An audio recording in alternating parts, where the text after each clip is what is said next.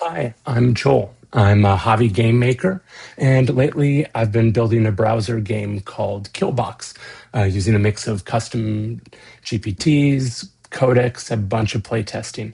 And I'm going to talk for the next 4 minutes about that actual process, how I've been setting up different AI tools and creating my own little small game team, and how I use them to talk through design problems, and then I turn those kind of vague reactions of being like, hey, this isn't fun, and turning that into like focused kind of things we can actually change and test.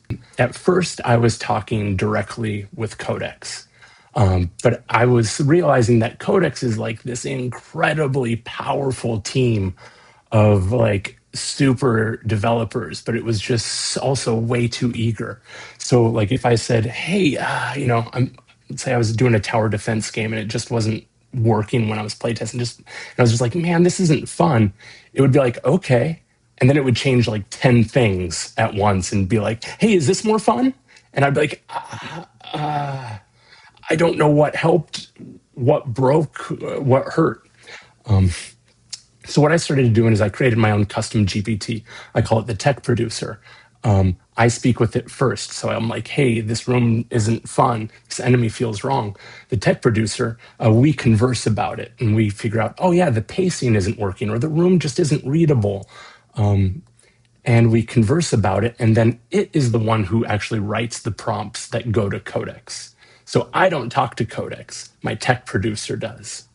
Um, so from that, I started building out this team. You know, I have my tech producer. Codex is the developer. I have a GPT that's just my UX designer who's looking for like clarity and organization and seeing if things are confusing or not. Then I've got this genre enthusiast, and he's basically this gamer nerd who is obsessed with the history and the feel of whole genres. So I play the game. I say, this doesn't feel right. I go and I chat with the tech producer about it. We narrow down to kind of figure out, yeah, that's why it doesn't feel so good, you know? So then we turn that into a prompt. Codex builds it, hop right back in, play again, take some notes down, see what works, see what didn't work, and then get a feel for like, is it time to move on, to build, bigger? Like, hey, we got one room of this like Legend of Zelda thing working. Now let's build on to the rest. Are we ready to build on to the rest of the castle? And if I don't know, I ask the tech producer, hey, do you think we're good right here? And it'll be like, yeah, sure, let's go for it. One moment though that changed things for me was I was trying to turn my flat 2D game top down into something three-dimensional, and I needed sprites. So I sent an image of the hero off to Meshi AI, and it created the 3D models for me. Cool.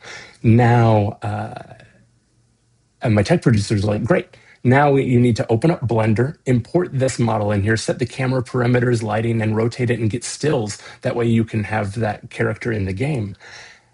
And I was like, I don't know. I don't have Blender downloaded. That sounds like a lot of work to learn all that. And my producer said, yeah, hey, no problem. Just send this prompt to Codex and it'll build the tool that'll do that. And 2 minutes later, I had the tool. I dropped the file in there and it spat out the perfect thing. It was just kind of these big mind-blowing moments. That's the process that really works for me. You get to build a small little AI team that works for you. I love just building up a tech producer who you can converse with and sort of let it be the go-between you and Codex. Just keep playing. Is it fun? Let it know. Is it not fun? Let it know. And that's the workflow that has made this whole thing seem really possible for me. Thanks.